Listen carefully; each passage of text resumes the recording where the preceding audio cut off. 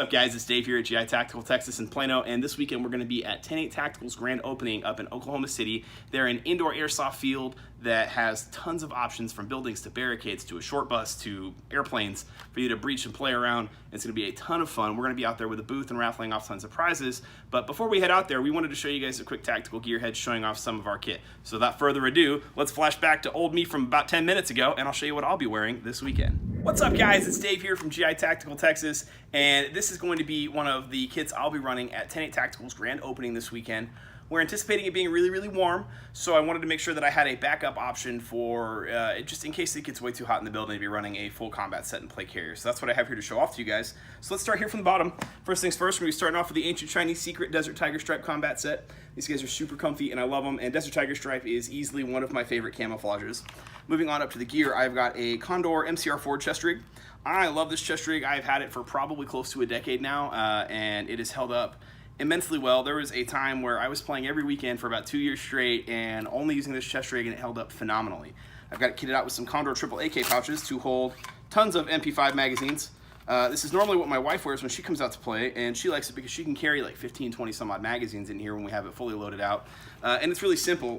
We usually will stick a pistol in the M4 pouch right here. Right now I'm using it for a speed loader, just because at 10-8 they've got no MED, so I don't need to worry about using a sidearm. I can just run my MP5 all day.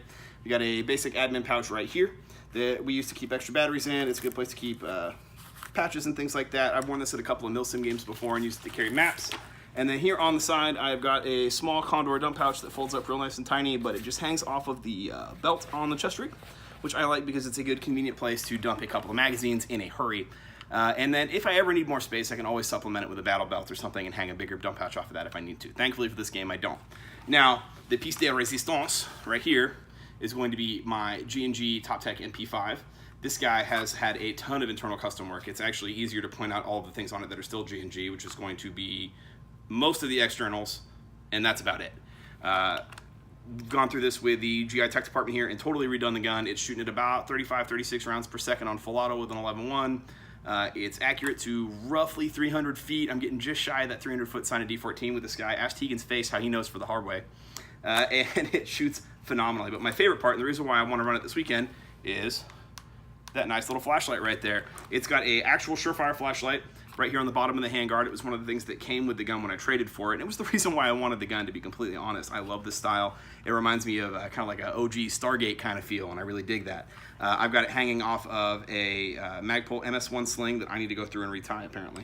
And it holds up phenomenally well. It runs great, purrs like a kitten, and it's super lightweight, so it's going to be an awesome option and a backup to if I just get a little too hot running the plate carrier and the rest of the setup that you guys will see at the field when we get there later this weekend.